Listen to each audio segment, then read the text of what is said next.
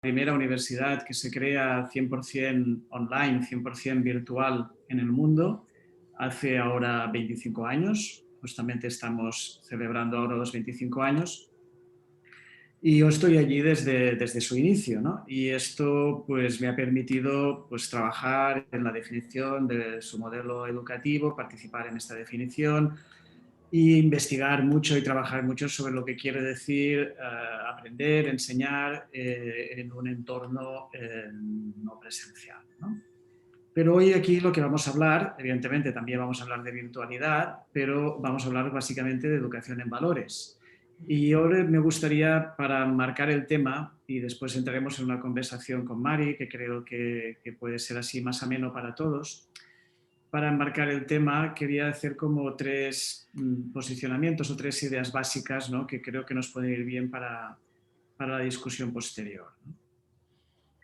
Lo primero que quería comentar es que considero que no hay educación sin valores.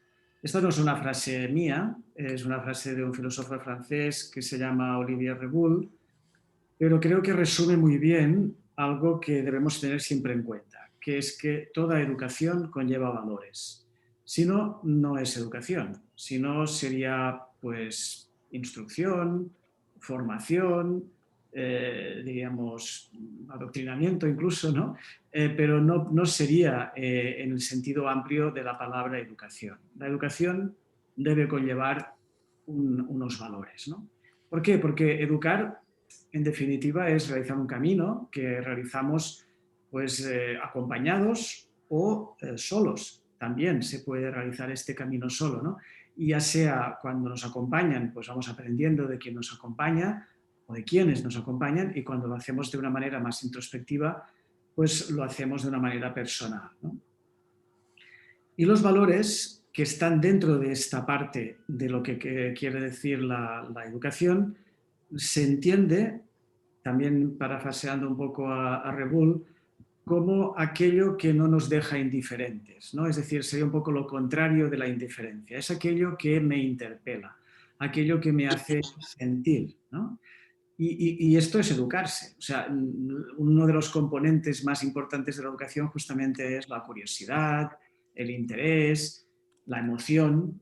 Entonces, por esto, cuando decimos que no hay educación sin valores, quiere decir que lo uno y lo otro, diríamos, van altamente relacionados, ¿no?, intrínsecamente relacionados. Entonces, esta es la primera idea que seguro que podemos compartir y debatir posteriormente. La segunda es que esta educación se produce en diferentes contextos, y remarco la palabra contexto. Es decir, hay una diversidad de contextos en los cuales se produce la educación.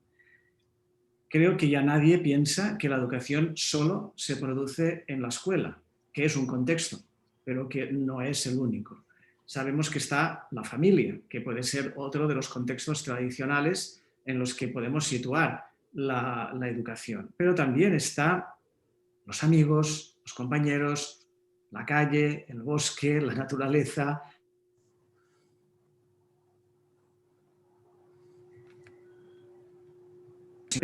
Podemos aprender. En una escuela podemos aprender con los profesores, con los compañeros, con la institución en sí misma, en la familia, pues con la familia, en el bosque o observando pues, en una calle pues, cualquier cosa, pues, siendo interpelados por la realidad, etc. Todo esto son contextos. ¿Y qué nos ha pasado en el siglo XX? Que ha aparecido un contexto nuevo, que se ha desarrollado más ahora en el siglo XXI, que es el contexto de la virtualidad, ¿no? A finales del siglo XX aparece la virtualidad y nos damos cuenta de que en ese otro contexto también se puede producir educación. Entonces, insisto, la educación se puede producir en diferentes contextos. Y lo que es importante ahí es decir que ninguno de estos contextos, y menos el de la virtualidad, pero tampoco el de la familia y tampoco el de la escuela, es único ni viene a sustituir al otro. O sea, lo que creo que todos estaremos de acuerdo en decir en que solo se aprende en la escuela, o solo se aprende en la familia, o solo se aprende en Internet. No, se aprende en todo y cada uno de estos contextos que acabo de mencionar. Se aprende y se educa, ¿no? Por lo tanto, no hay educación sin valores, esta educación se produce en diferentes contextos. Y la tercera cosa que quería comentar es quién aprende, ¿no? Pues es la persona la que aprende. Y la persona somos nosotros, somos unos seres únicos que somos los que estamos en este mundo aprendiendo desde el primer día que nacemos, ¿no? Hay una frase también de un autor conocido americano que dice que nadie enseña a un niño a aprender. Los niños, y de hecho los abuelos humanos, desde el primer momento en que abrimos los ojos, estamos recibiendo información y estamos, diríamos, aprendiendo, ¿no? Y en tanto que personas, somos unas personas que por lo tanto adquirimos información, pero también adquirimos y experimentamos emociones, por lo tanto ahí está también el tema valorativo que antes comentaba, y además todo esto lo hacemos en diferentes contextos, como antes también he comentado. Por lo tanto, lo importante ahí es pensar que detrás de cada uno de estos contextos, siempre, o en cada uno de estos contextos, siempre hay una persona aprendiendo. O sea, que no es que haya, por ejemplo, y esto lo digo pensando sobre todo en el contexto de la virtualidad, que no es que sean hologramas o sean robots o sean cosas raras las que están en la virtualidad, sino que hay personas, igual que también hay personas en la familia, en la escuela, etc. ¿Cuál es el riesgo de esto? Que comentaremos también quizás si lo preguntan. Es la importancia de establecer una coherencia, de establecer una unicidad en que uno es persona, uno es uno mismo en cualquiera de esos contextos. Porque si no, diríamos, entraríamos en esquizofrenia clara, ¿no? Digamos que hay gente que practica, pero digamos que no es lo que debería ser, ¿no? Por lo tanto, este era un poco el posicionamiento inicial. No hay educación sin valores. La educación se produce en diferentes contextos y los que aprendemos somos nosotros, somos las personas. Sí, me parece bastante importante todo esto que usted está diciendo, en especial hacer hincapié en que la educación se produce en distintos contextos y sería oportuno, ¿verdad? En este momento preguntarle, usted viene realizando investigaciones acerca del educar desde la virtualidad desde hace bastante tiempo, pero ahorita se puede decir que cobra mayor fuerza el hecho de que la pandemia ha obligado a que se deba formar desde la virtualidad, desde la distancia.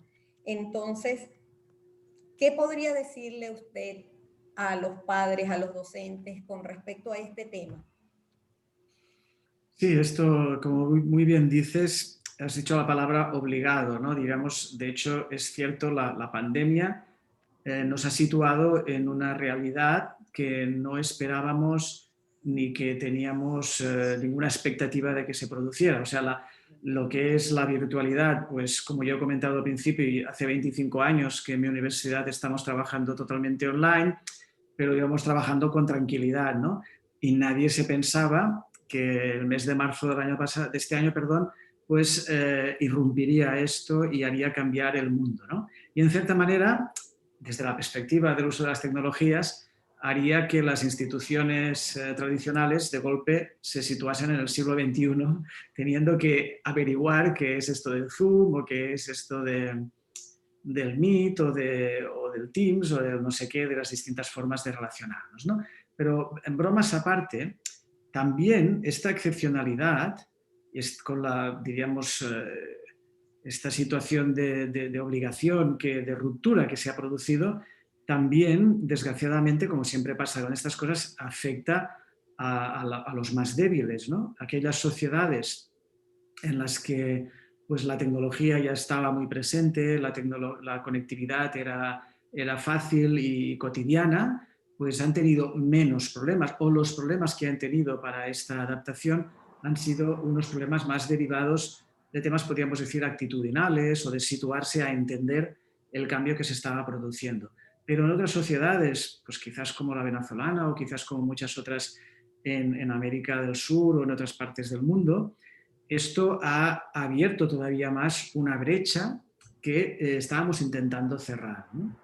Y se ha producido que aquello que es la escuela, que de por sí es una institución social integradora, inclusiva, al cerrarse, es decir, al no poder ir a la escuela, aquellos elementos que esta escuela aportaba y elementos valorativos han desaparecido, los hemos intentado sustituir por unos elementos en un contexto diferente que se podía haber hecho, pero que en situaciones como de pobreza o de dificultad para acceder a la tecnología, esto lo que ha convertido más todavía es que estas personas o estos grupos sociales hayan todavía sentido más la diferencia o diríamos el no poder estar al nivel que las otras realidades de cada uno de los países están, ¿no? Por lo tanto, hay que tener en cuenta esto, y yo siempre lo destaco, que cualquier tecnología, cualquier dinámica de este tipo no es neutral por sí misma y puede producir división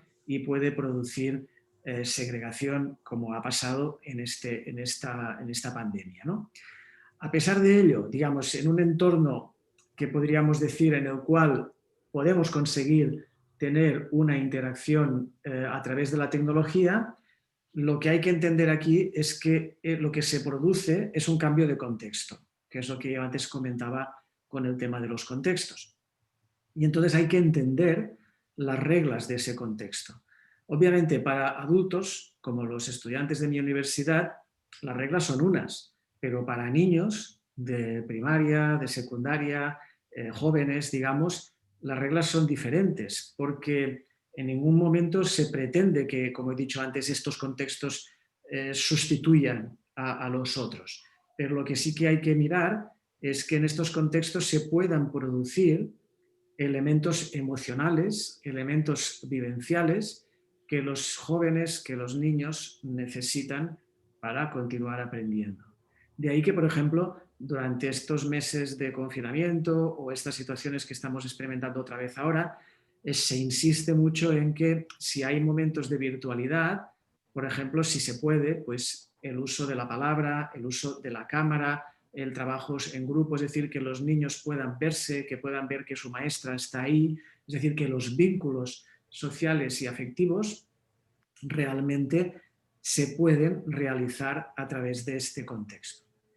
Si ustedes me preguntan, que supongo que lo estarán pensando, si este es el mejor contexto para educar a niños y a jóvenes, la respuesta es no es el mejor.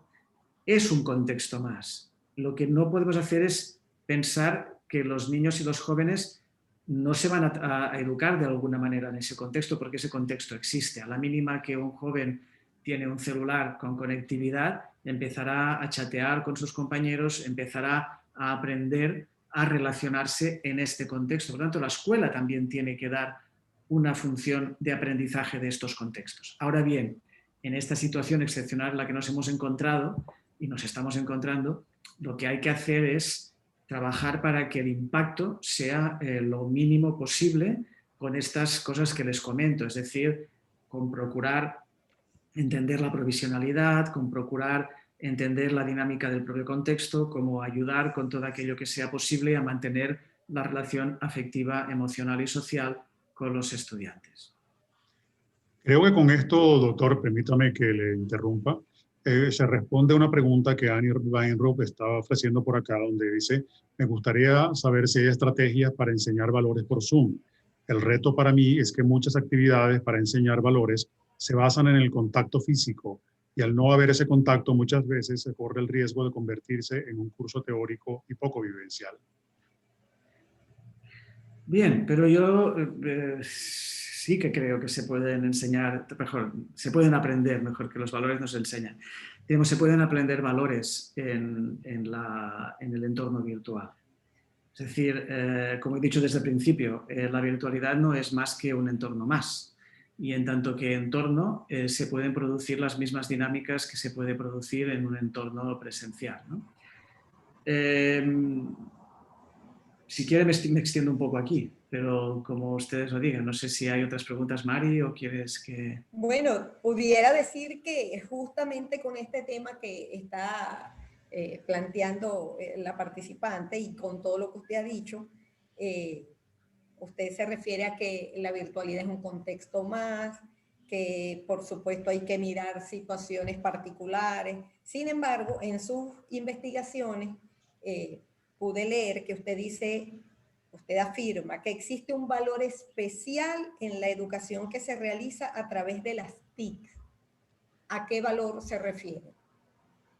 Bueno, yo creo que la frase que mencionas, que supongo que debe ser del libro, no sé, de algún artículo, yo creo que la palabra valor ahí no hacía tanta referencia al tema moral como básicamente diríamos, a la añadidura que se le puede tener a la educación, precisamente porque le estamos añadiendo este elemento de una dimensión diferente como es la dimensión de la virtualidad, ¿no? Por ejemplo, yo lo que quiero decir ahí básicamente con esto es que cualquiera de los diferentes entornos en los que nos podemos mover, en los que podemos educar, en los que podemos trabajar en valores, la persona, aparte de ser una misma, se manifiesta de diferentes maneras. No es lo mismo, y esto los que somos maestros lo sabemos, un niño en un contexto del patio, en un contexto con sus amigos, que en el contexto con la familia o que en el contexto aula. Incluso dentro del contexto aula depende de con qué profesor y depende de con qué materias, ¿no? Pero en el fondo es siempre el mismo niño, o sea, siempre es el mismo niño. No es que en un momento sea mejor ni peor, ni que sea uno diferente o que tenga diferentes personalidades, sino que por el contexto, por las características, su personalidad que se va configurando va adoptándose con más soltura, con más dinamismo en cada una de ellas. Lo que yo quiero decir es que ahora le debemos añadir una más, que es el entorno no presencial, el entorno virtual, el entorno mediado por estas dinámicas tecnológicas, teniendo en cuenta que estas dinámicas tecnológicas no son ni malas ni buenas por sí mismas, ni entorpecen ni facilitan. Como se dice siempre, es decir, la herramienta, el instrumento no tiene moral, es decir, un cuchillo no es ni bueno ni malo, pero un cuchillo puede matar, pero quien mata es la persona, no es el cuchillo, ¿no? Entonces, quien es malo en este caso es el cuchillo la persona, perdón, que está empuñando el cuchillo para matar a otra persona. Entonces, no podemos culpabilizar las tecnologías de frías, distantes, que no facilitan la interacción, que no facilitan la comunicación y que como hacen todo eso no pueden educar en valores. No, eso no es así. La tecnología nos facilita la comunicación, nos facilita el intercambio, nos facilita podernos ver, nos facilita poder conocer gente con la cual, por ejemplo, con Mari ahora y con ustedes yo no me había visto nunca, pero en cambio me facilita poderlas haber conocido, etc. Todo esto lo está facilitando la tecnología y entonces lo que tenemos que ver es de qué manera podemos aprovechar todas estas dinámicas que nos da para sacarle un aprendizaje, ¿no? Y entonces aquí los elementos que tienen que ver con el aprendizaje actitudinal, es decir, todo aquello que a mí me puede hacer sentir, la comunicación, me puede hacer emocionarme, me puede hacer percibir el espacio no virtual, no sé, el intercambio que yo pueda tener con las otras personas. Entonces, lo que quería decir yo ahí básicamente es esto, que este es un elemento añadido, especial, importante, ¿no? Sí, bueno, y eso pudiera entonces relacionarse también con esto otro. Si educamos a través de nuestra capacidad de sentir, ¿cómo es posible esto? Y también se relaciona con la pregunta de la participante, ¿cómo es posible esto en la distancia, detrás de una pantalla, simplemente con un aparato tecnológico? Yo insisto que le ponemos mucha moral a los aparatos cuando insisto que no tienen, ¿no?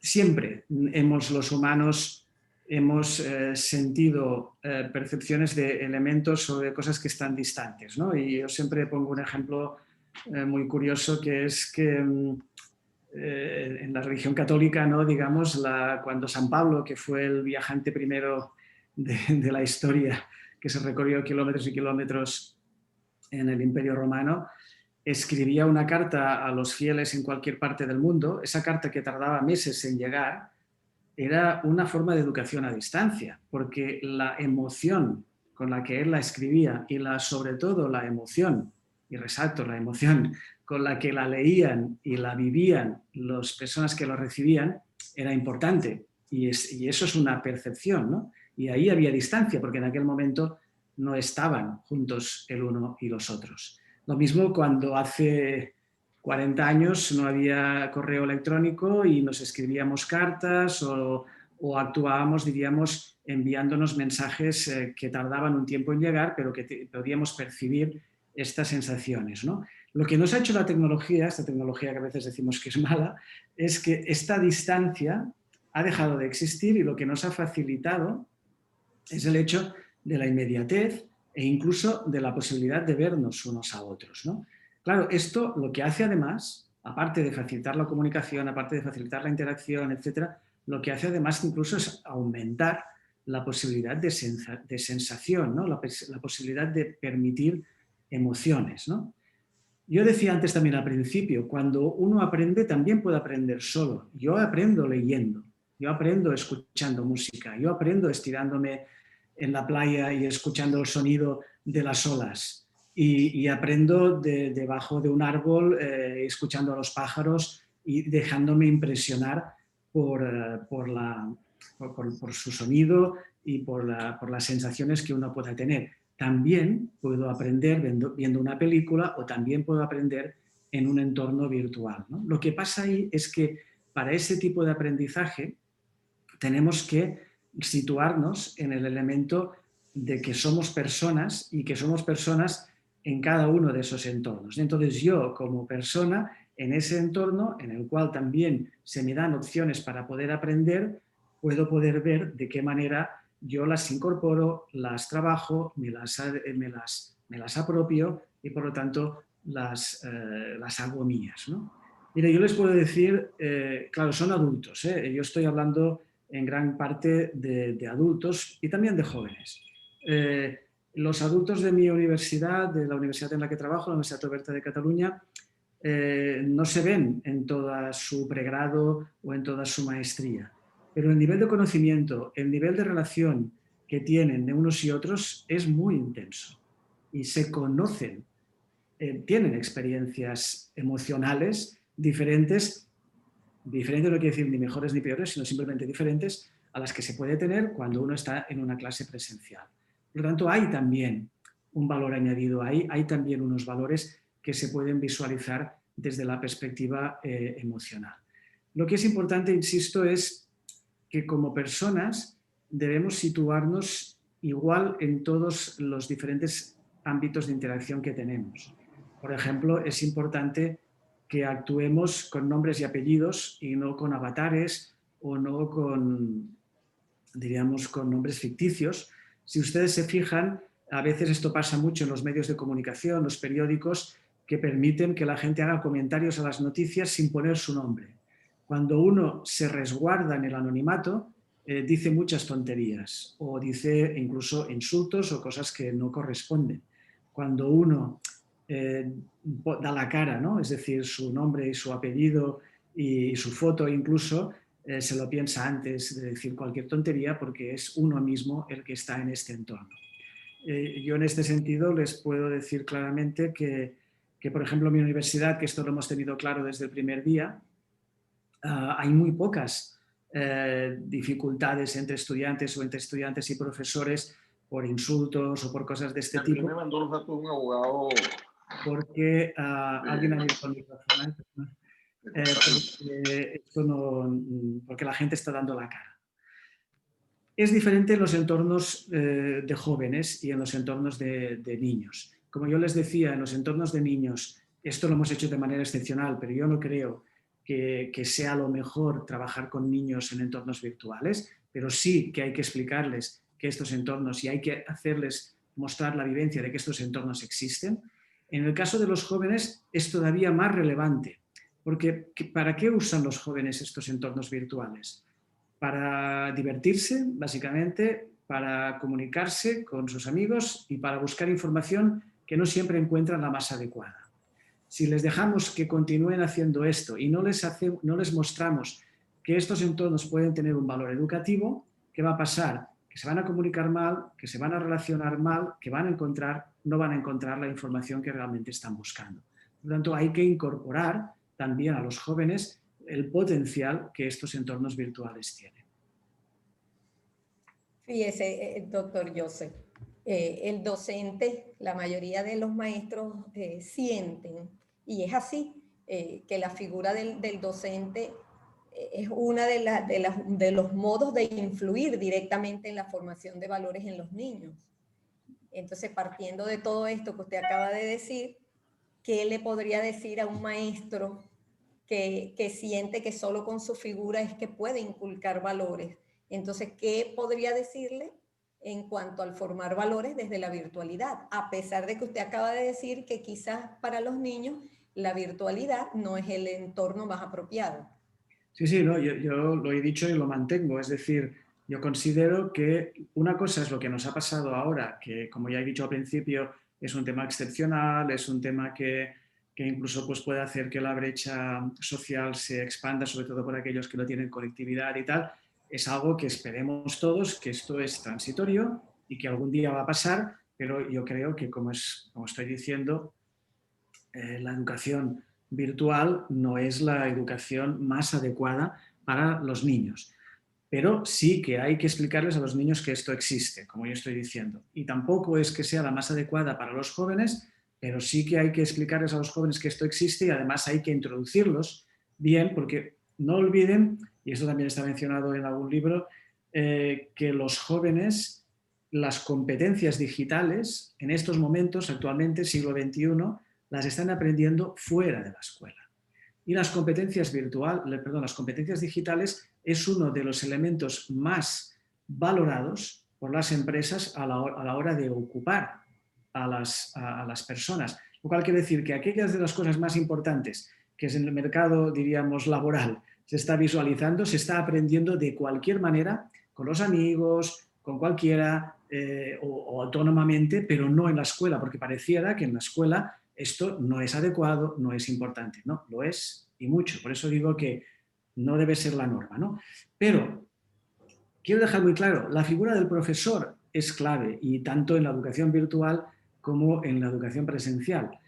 En los niños, ahora que ustedes y todos hemos tenido que pasar estos momentos de confinamiento, estos momentos en los que las escuelas han estado cerradas, era y es muy importante que los niños puedan ver al profesor. Por tanto, una sesión de Zoom, un momento en el que el profesor les pueda dirigir unas palabras o les pueda enviar un vídeo.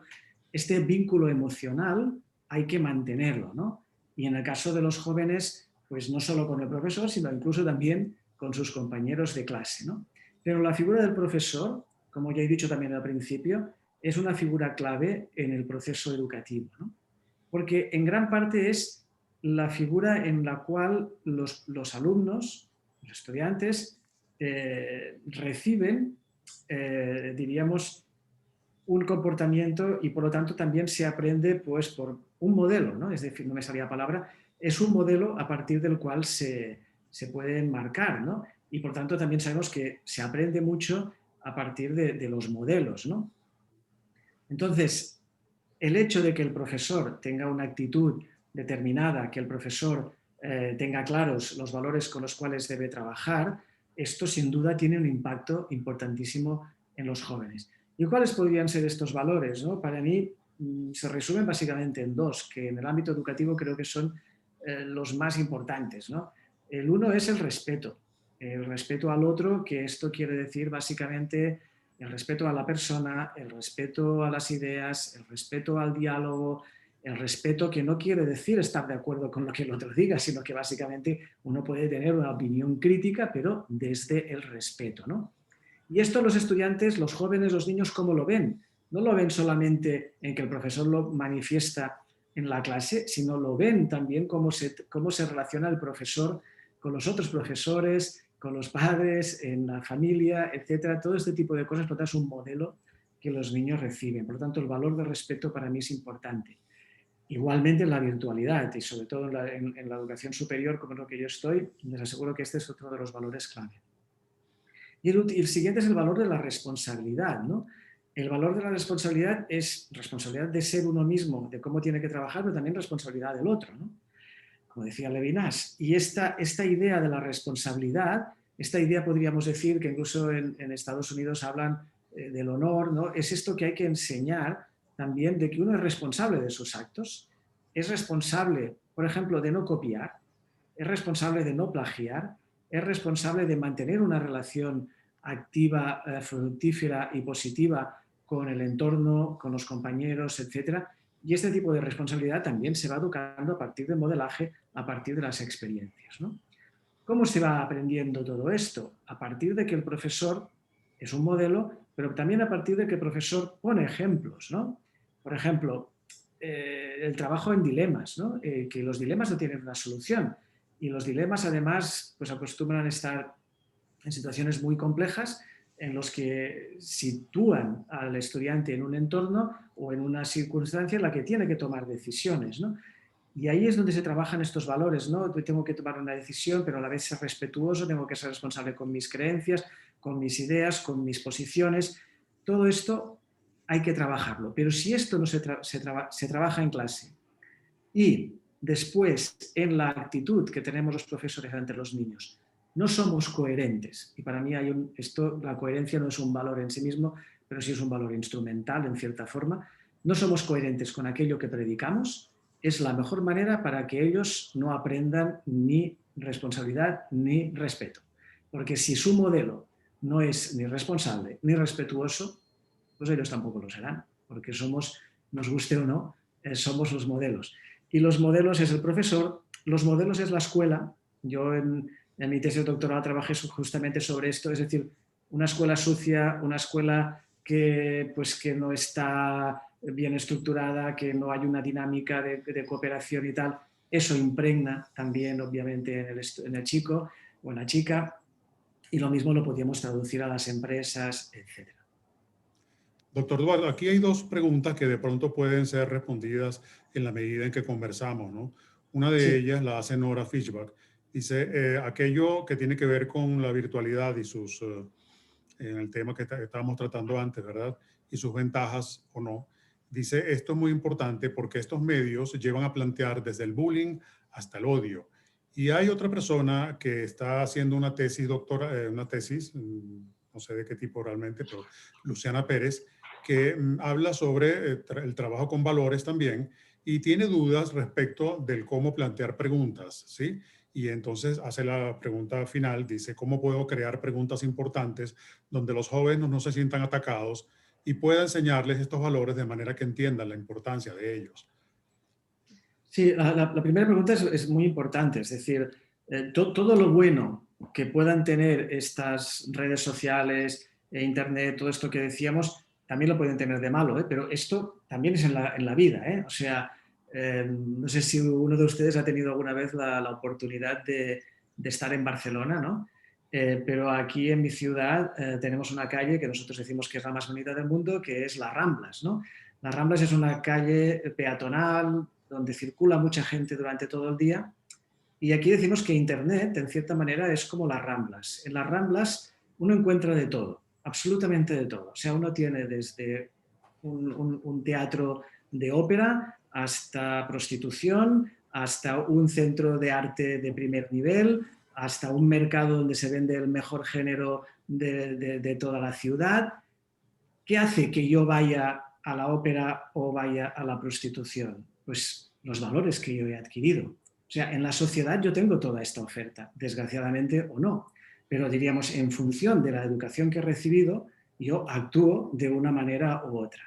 Esto que lo hemos tenido claro durante siglos para lo que es la sociedad habitual, ahora más que nunca lo debemos tener clarísimo para lo que es la sociedad virtual. Es decir, no podemos obviar que en esa sociedad hay muchas cosas buenas porque tenemos acceso a toda la información del mundo. Tenemos la democratización de la información. Obviamente, lo primero es el acceso, ¿eh? Si no hay acceso, no hay nada, eso estoy de acuerdo, ¿eh? Pero una vez podemos acceder, tenemos acceso a todo eso y esto es muy democratizante. Esto ha hecho caer gobiernos, por ejemplo, ¿no? Ha hecho cambiar actitudes políticas porque la gente tiene esta información. Pero a la vez tenemos también todo lo contrario que también teníamos. Tenemos pornografía, tenemos bullying, tenemos acoso, tenemos todo esto. Hay que educar, de la misma manera que llevamos siglos haciéndolo para lo otro, hay que educar ahí. Y yo lo que intentaba decir es que resulta que parece como si eso fuera otro mundo, fuera de la escuela, ¿no? Ese mundo está también en la escuela, porque en el momento en que un niño tiene acceso a esto, ya está entrando en ese entorno. Entonces tenemos que incorporar toda esta dinámica también en la dinámica educativa. Y tenemos que explicar que el bullying es no respetar al otro, que es no ser responsable del otro, que el bullying afecta, que todo este tipo de cosas y que evidentemente pues, está penado además legalmente, ¿no? Y tenemos que decir pues que, por ejemplo, que aquello malo a nivel pornográfico, ¿no? Que está haciendo la red es que, pues, que los jóvenes hoy en día la primera percepción que tienen del sexo es justamente lo que ven en pornografía, que cuando el sexo no es necesariamente ni eso, y cuando el sexo además va pues también unido diríamos, a emoción y amor, etcétera, ¿no? Pero eso está ahí, o sea, no lo podemos obviar. Por tanto, es nuestra responsabilidad como docentes trabajar en todo ese tipo de cosas también, ¿no? Y en cuanto a lo que me comentabas sobre cómo poder trabajar estas cosas, pues es justamente, lo decía la pregunta, creando preguntas. Es decir, yo decía dilemas, ¿no? Es decir, situaciones en las cuales tengamos que debatir, relacionar y no, o sea, dos valores no se pueden transmitir, o sea, no, porque eso es adoctrinar. O sea, no podemos decirle a un niño, tienes que ser bueno, tienes que hacer así, tienes que actuar así. Tenemos que hacer que el niño, la niña, experimente, como decía al principio, sienta de alguna manera que ese valor es importante. Y yo siempre digo, lo mejor ahí es aprovechar las circunstancias que la propia vida nos va trayendo. O sea, por ejemplo, durante el momento del patio ha habido una pelea o ha habido una situación de bullying o ha pasado cualquier cosa. Y a veces eso pasa, entramos en la clase y venga, empecemos a dar matemáticas, cualquier cosa. No, pues una manera es, a ver, ¿qué ha pasado? Vayamos a hablar. ¿Y por qué has hecho esto? ¿Por qué has hecho esto otro? ¿Qué consecuencias tiene lo que has hecho? ¿Qué consecuencias tiene para el otro? Hablemos de esto y es la manera de vivenciar una situación que se ha vivenciado anteriormente de una manera negativa y la vamos a vivenciar de otra manera crítica, analizando los pros y los contras. Esto es un trabajo en valores. Cuando estas situaciones no se producen, pues las podemos crear ficticiamente a través de la creación de dilemas o a través de los casos, ¿no? de situar a niños en casos diferentes, hacerle poner al niño en una situación a lo mejor en la que no cree para sentir lo que es estar en la situación contraria o una situación en la que no ha vivenciado nunca para que él pueda sentir estar en esa situación contraria, etc. Por lo tanto, emociones, sentimientos, porque es la manera que ellos lo van a percibir y lo van a situar en su interior.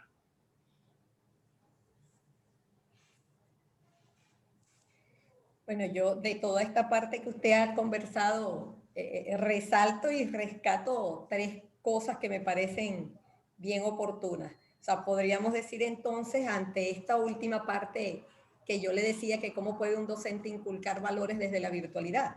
Entonces, lo primero sería que el docente, uno, se apropie de las competencias virtuales. Eso es lo primero, que él se apropie de esa parte.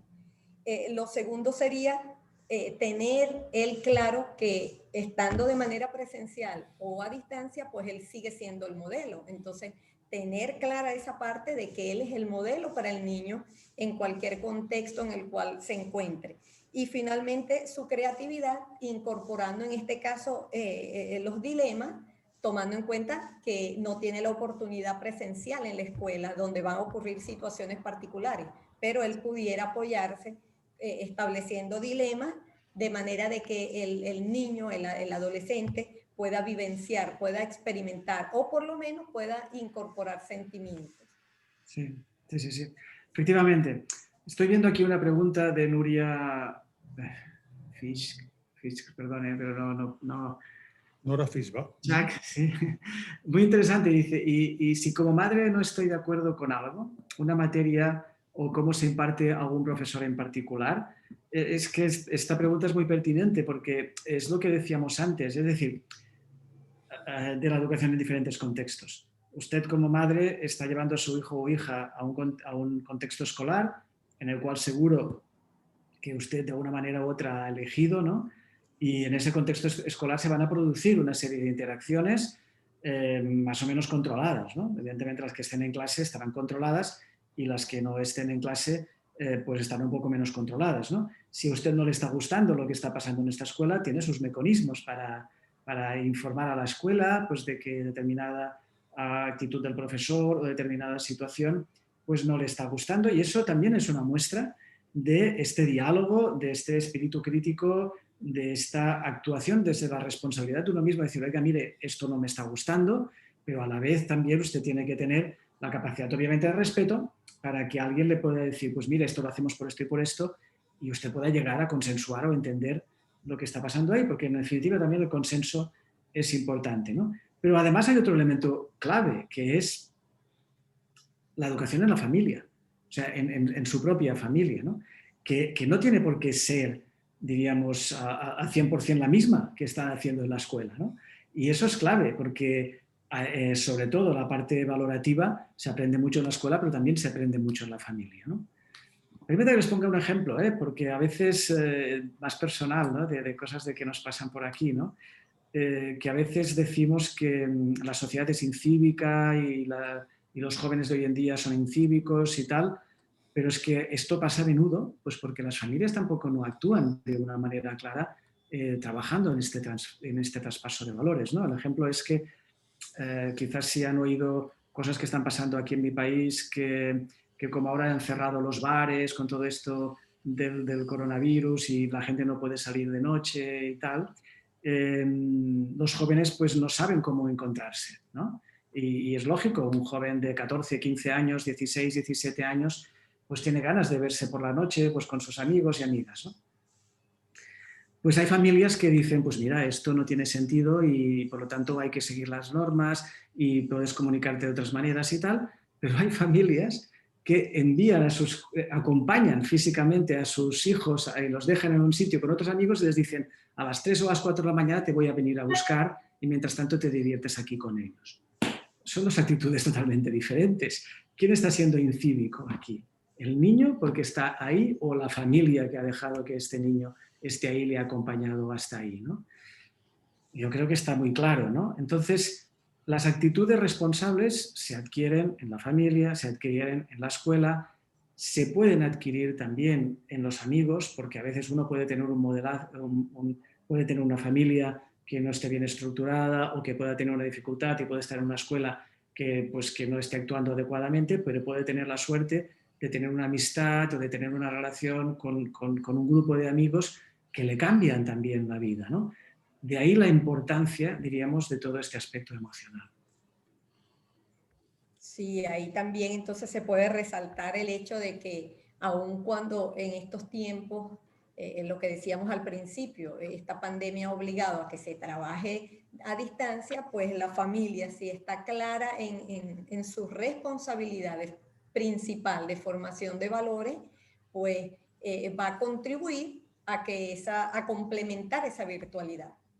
Hay una cosa que también que he mencionado muy rápidamente, pero que es todo el tema de los modelos, ¿no? Y me permito poner también otro ejemplo personal, ¿no? Yo cuando era joven tenía un póster, ¿sabéis lo que es un póster, no? En mi habitación. Y era el póster de Che Guevara. Yo no entro ahora en política, pero para mí como joven, lo que Che Guevara quería decir, diríamos, de una persona capaz de haber plantado cara a un sistema, de haber dicho sus opiniones claras, para mí era un modelo, ¿no?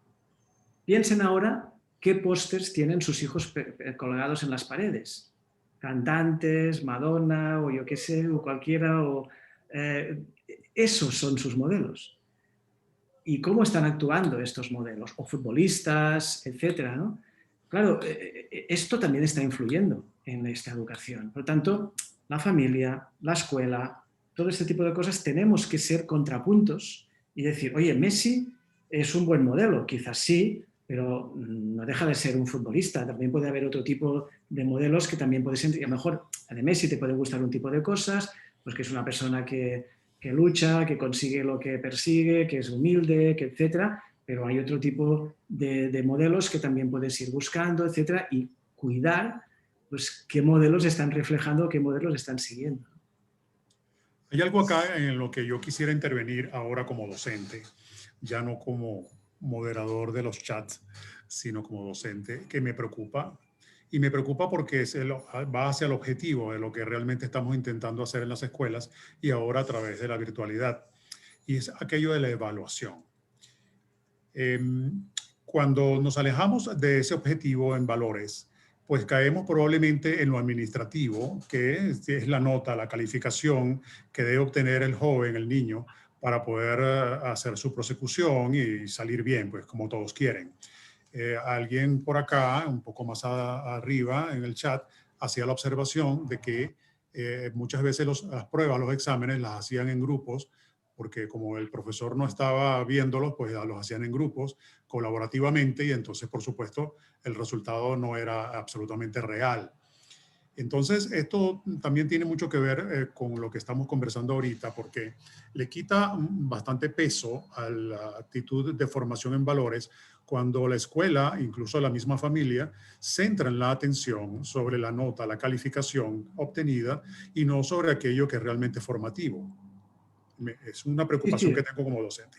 totalmente de acuerdo, y aquí yo creo que daría para otra charla, ¿no? Porque ¿qué es la nota? O sea, el problema es que hemos puesto en la nota únicamente aquello que tiene que ver habitualmente, no digo que ustedes lo estén haciendo así, pero aquello que tiene que ver básicamente con el concepto, con el contenido, ¿no? Con el conocimiento, ¿no? Cuando sabemos desde hace años que diríamos que lo que se trabaja en la escuela son conocimientos, son actitudes o habilidades y son valores. Y la nota debería reflejar las tres cosas, no solamente una de las tres. Y para que esto sea así, debemos creernos, los maestros, que cuando estamos enseñando matemáticas o cuando estamos enseñando a sumar y a restar, no estamos únicamente enseñando un conocimiento, sino que también estamos enseñando una habilidad y también estamos enseñando valores, que se pueden enseñar y se deben enseñar valores haciendo matemáticas, ¿no? Algo que tenemos muy claro, que a lo mejor cuando uno está haciendo educación física, pues puede ver mucho más claro el tema actitudinal y el tema valorativo, ¿no? Pero, por ejemplo, que cuando uno está aprendiendo las cuencas de los ríos o está aprendiendo las montañas, también está aprendiendo medio ambiente y, por lo tanto, también puede estar aprendiendo, estar aprendiendo también la parte, pues, diríamos, de respeto a este medio ambiente, ¿no? O cuando uno está aprendiendo elementos de la historia o etcétera, también tiene que estar trabajando pues todo el espíritu crítico de entender pues qué visión estamos aportando de la historia, etcétera. Y la nota debería reflejar estas tres cosas. Lo que pasa es que nos quedamos habitualmente en que la nota refleja aquello que el estudiante sabe. No ni si sabe hacer o no, sino a veces sabe, ¿no? Para mí, lo más importante como profesor es, o la manera de cambiar esto como profesor es cambiar la manera de examinar, cambiar la manera de evaluar. Si nosotros continuamos poniendo exámenes únicamente memorísticos, solo estaremos evaluando el conocimiento, que sabemos que es algo que se pierde al cabo de unos cuantos meses, sobre todo si es memorístico. En cambio, si estamos poniendo unos exámenes en los cuales trabajemos la reflexión, el espíritu crítico, la interconexión, la interrelación de conceptos, la interdisciplinaridad, el trabajar por proyectos, etcétera, ahí lo estamos agrupando todos. Y entonces esa nota dice mucho más que la nota de un examen puramente memorístico. Sí, sí, de acuerdo, yo también, y me parece sumamente importante esta parte que usted toca, porque por lo general el docente, es cierto, pues le pone mayor peso, mayor atención a esa parte memorística del estudiante y deja de lado justamente lo que debería tener más peso, que es su formación integral como persona. Entonces, volveríamos a decir que quien tiene que estar claro en todo este panorama de este nuevo contexto es el docente. O sea, lo importante no viene a ser el contexto en el cual se esté trabajando, que en este caso es la virtualidad. Esto ha ocasionado debido a lo de la pandemia, sino sí, que el docente tiene que estar claro en cuál es, qué importancia representa él como figura docente. Es que hay algo que yo creo que todavía no somos del todo conscientes, ¿no? Que es la rapidez con que esta sociedad está cambiando, ¿no? Antes, incluso en mi generación, aprendíamos de una manera porque pensábamos, o mis maestros pensaban, que lo que me estaban enseñando iba a durar toda mi vida. No se podían imaginar que al cabo de unos años aquello que me estaban enseñando pues o iba a estar obsoleto o iban a pasar cosas, pues mis maestros no sabían que era un iPhone, ¿no? Por ejemplo, o que era un teléfono celular. Y hoy en día pues no podemos vivir sin ellos, ¿no? Yo creo que nosotros a veces actuamos de la misma manera y tenemos que ser conscientes que los jóvenes que tenemos delante, la sociedad que tienen está todavía por hacer y no nos la podemos ni imaginar. Por lo tanto, ¿qué les va a ser más útil? Saber las cuatro cosas básicas, evidentemente, sumar, restar, multiplicar, dividir y hablar correctamente, expresarse correctamente, es decir, todo lo que tiene que ver con expresión escrita y con expresión oral, y todo aquello que tenga que ver con las habilidades para seguir aprendiendo a lo largo de la vida. Es decir, para poder desaprender y aprender constantemente, ¿no? Y ese tipo de habilidades que en la escuela se deberían dar de una manera mucho más clara, pues trabajo por proyectos, espíritu crítico, el hecho de poder relacionarse con los demás, todo este tipo de elementos a veces no le damos la suficiente importancia en la escuela y van a ser sin duda aquellos elementos que después le van a ser más útiles en el futuro. Sí, y ahí viene nuevamente a resaltar esos dos valores en los que usted hizo hincapié. Formar al estudiante en la responsabilidad de sus actos y en el respeto hacia el otro. O sea, pienso que con esos dos valores, los cambios que puedan irse dando en esta sociedad, la persona, el muchacho, va a poder afrontarlos con toda facilidad. Va a llevar ya con él una carga de valores que les van a permitir coexistir, relacionarse, convivir de la mejor manera. Aquí hay una observación de Ilana Becker, que es nuestra vicepresidente. Bienvenida, Ilana, a esta conversación, donde habla y dice, de acuerdo, la rapidez de los procesos nos hace cambiar constantemente la forma de enseñar.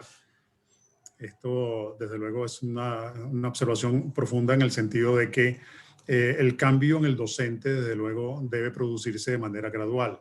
¿Qué nos dice, doctor Duarte?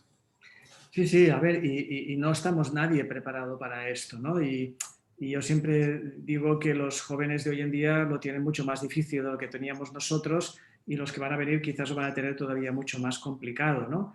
Y no es fácil adaptarse a todo esto, sobre todo en un entorno como el nuestro, que es un entorno que tiende a ser conservador en el buen sentido de la palabra, ¿eh? O sea, no lo digo en el mal sentido, es decir, es lógico, ¿no? Porque pareciera ser esto, ¿no? Que hay ciertas cosas que se tienen que saber porque siempre se han hecho así, ¿no? Y hay que entender que ese de siempre se ha hecho así, pues hoy en día está más discutido que nunca, ¿no? Y eso no es fácil, pero yo pienso que yo cuando me enfrento a estas cosas siempre pienso en que nosotros tenemos una gran suerte, ¿no? Que es que nuestra profesión nos da una gran oportunidad, que es la de ser creativos, la de ser adaptativos, ¿no? Y si no lo somos, se nos convierte en una profesión totalmente aburrida. ¿Qué más aburrido hay que tener que ir cada día a enseñar lo mismo?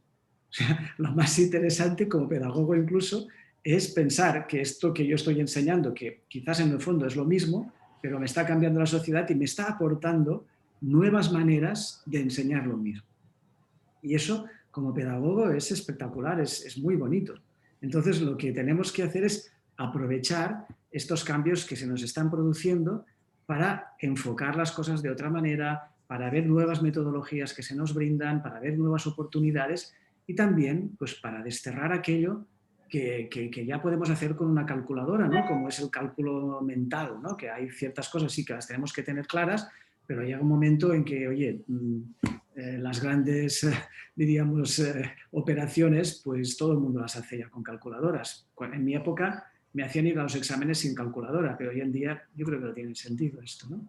Este tipo de cosas son las que pienso que es muy relevante cambiarlas. Y sobre todo aquello que tiene que ver con el elemento social, ¿no? Que es el elemento actitudinal, el elemento de valores.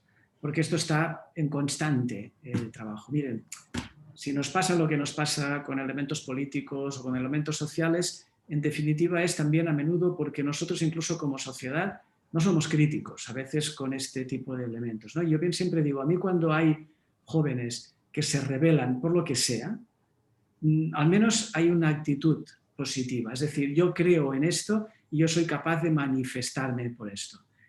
Luego ya analizaremos si eso está bien o está mal, ¿no? Pero de entrada hay una actitud, ¿no? Claro, si yo me estoy manifestando para matar a la gente, obviamente que eso está mal, ¿no? Pero si me estoy manifestando a favor de la ecología, a favor, en contra de la corrupción o a favor de mayor democracia, etcétera, esto está produciendo un cambio. Y hay que, diríamos, analizar este tipo de cosas, hay que ser crítico, hay que explicarlo, hay que trabajarlo, porque es la manera, diríamos, de educar a los jóvenes de hoy, que son los adultos de mañana.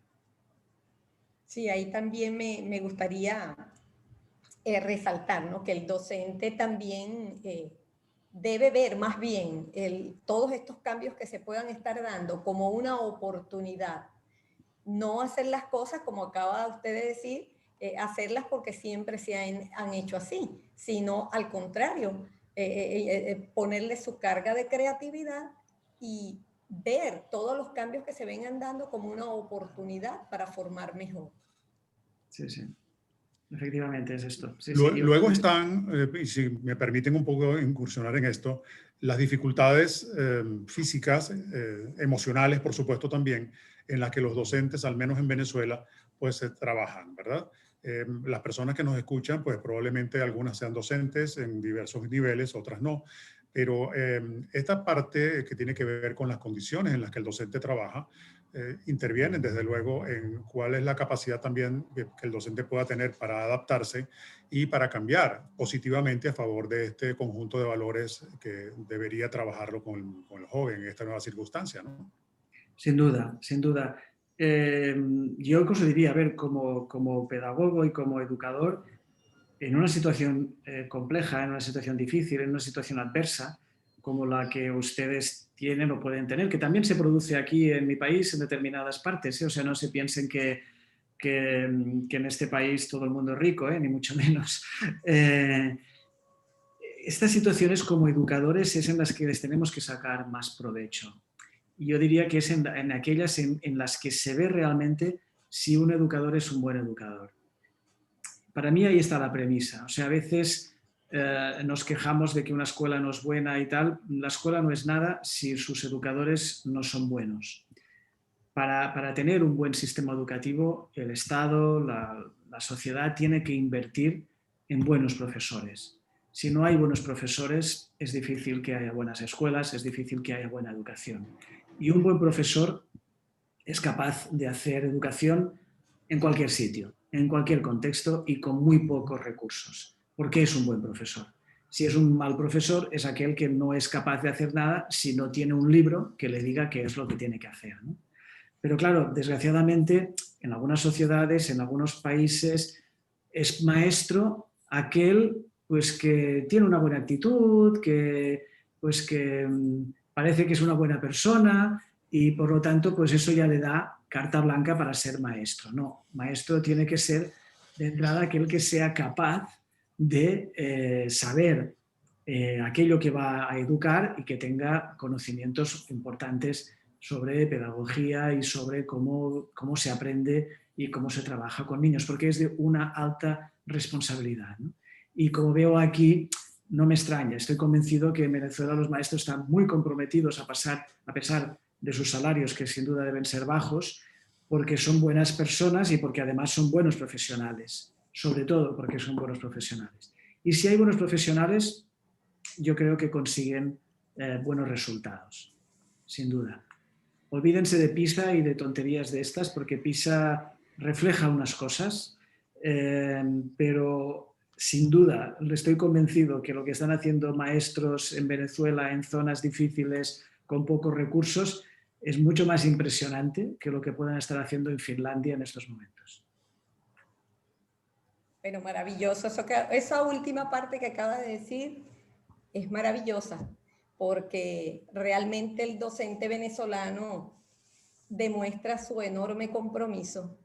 No desarrolla un trabajo por lo que gana, porque si lo llevamos a la valoración de lo que se gana, no es nada. Entonces, somos grandes, pues, los docentes venezolanos.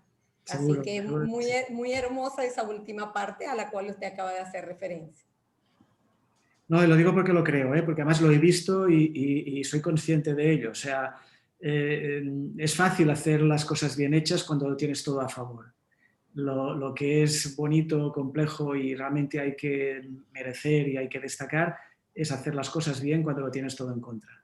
Entonces eso es lo que hay que ahí premiar, ayudar, apoyar y sin duda pues estimular al máximo a estos maestros que con dificultad están manteniendo, diríamos, el futuro de todo un país. Sí. Bueno, profesor Luis, Bien. no sé si usted tiene alguna pregunta de los Bueno, participantes. Estoy leyendo acá algunas cosas que finalmente las personas, Magdalia García, pues coincide con todo esto que estamos afirmando ahora, que la actitud del educador pues es un modelo a seguir también, ¿no? En nuestro país hay un retroceso en esto de los modelos, lo interpreto de esa manera, ¿no? Por lo que toca no solo al docente comprometido la batalla con esos escenarios adversos para educar.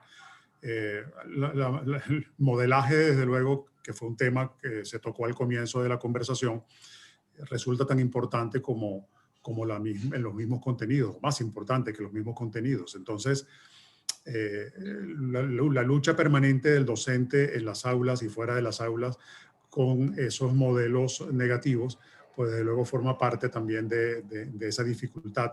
Pero se crece el docente, se crece en sí mismo y frente a la sociedad que confía en él, justamente cuando hay esa actitud de lucha hacia modelos que realmente vale la pena seguir y no los modelos negativos que siempre los vamos a tener. Y siempre los ha habido en toda la historia de Venezuela y de todo el mundo, siempre ha habido esos modelos negativos, ¿no? Y ante esos modelos negativos lo que hay que hacer es explicar por qué se considera que son negativos, ser crítico, exponer las evidencias, ¿no? En definitiva es esto, o sea, todos tenemos nuestra escala de valores, todos tenemos nuestro posicionamiento, pero eso no nos debe impedir en absoluto ser responsables y ser respetuosos. Y eso es lo más importante, ¿no? Muy bien. Creo que nuestra conversación pues ha llegado a su fin. Si hay alguna otra persona que quisiera hacer alguna otra pregunta, pues le invito a que lo haga ahorita para tomar una fotografía de la pantalla. Esto es, todos abrimos el video, ¿verdad? Y abriendo el video me dan la oportunidad de poder tomar una fotografía de la pantalla, ¿sí? Y para que nos veamos todos juntos un poco sí, aquí falta la mitad, Jacqueline, Luciana, Yana, Felicitas, Ana, Migdalia, por favor, abran sus pantallas y de esta manera nos llevamos una impresión de conjunto.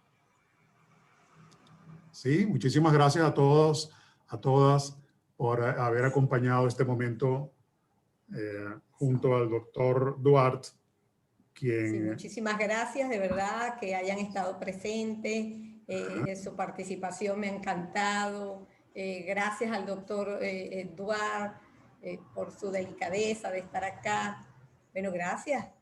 Muchísimas gracias, excelente clase. Un placer. Y he visto que también hay una estudiante o una exalumna de mi universidad, pues también es un placer poder. Bueno, y recuerden que esto, como queda grabado, van a haber muchas personas más que lo van a ver y vamos a saber más o menos la cantidad. A veces la gente no puede con el horario, pero gracias a Dios tenemos el sistema que lo podemos seguir enseñando. Muchas gracias. Sí, muy pronto va a estar colgado en nuestra página, de nuestro contacto, pues nuestro canal de YouTube, para que todos podamos repetir y invitar a otros que lo hagan también. Sí, bueno, agradecida también a usted, señora Ilana Becker, que esté aquí acompañándome. Muchísimas gracias, de verdad, por toda esta labor que hacen. Gracias a todos. Gracias a todos. Hasta pronto. Pronto.